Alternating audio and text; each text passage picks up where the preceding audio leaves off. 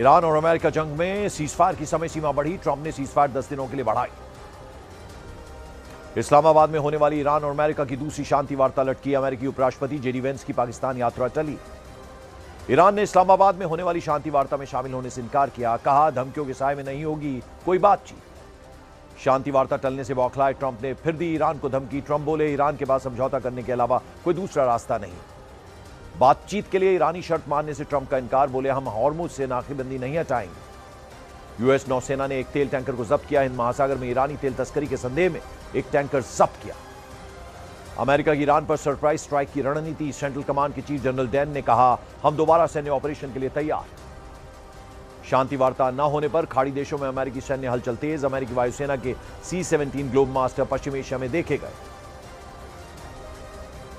Trump की धमकियों के बाद ईरान का रुख सख्त, अली शिराजी ने कहा समझौता अपनी जगह है लेकिन कासिम सुलेमानी की मौत का बदला लेना ईरान की प्राथमिकता।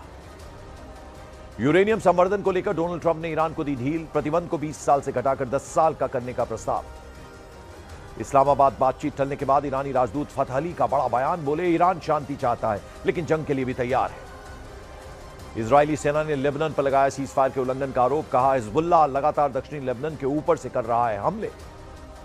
इजरायल और लेबनान के बीच बातचीत की कोशिशें फिर तेज, वॉशिंगटन में 23 अप्रैल को होगी दोनों देशों के बीच दूसरे दौर की वार्ता।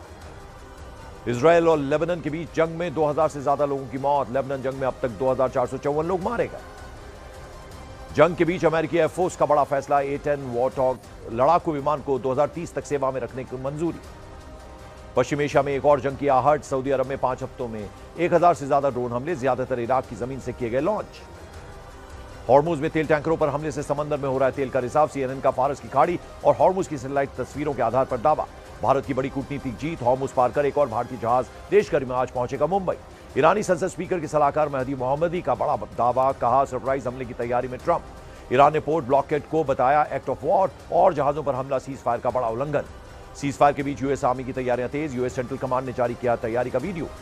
संयुक्त राष्ट्र महासचिव को ईरान ने लिखा पत्र, ईरानी जहाज तोश्का को यूएस से छुड़ाने की मांग। ईरान के साथ युद्ध में अमेरिकी मिसाइलें आधे से ज्यादा खत्म, पैट्रियट मिसाइलें और थर्ड इंटरसेप्टर की भारी कमी। ईरान और लेबनान जंग में अब तक 5500 से ज्यादा लोगों की मौत, ईरान में 3375 और लेबनान में 2290 लोगों की गई जान। सीजफायर बढ़ने पर ईरान में जश्न का माहौल, रेवोल्यूशनरी स्क्वायर पर लोगों ने मिसाइलों के साथ जश्न मनाया।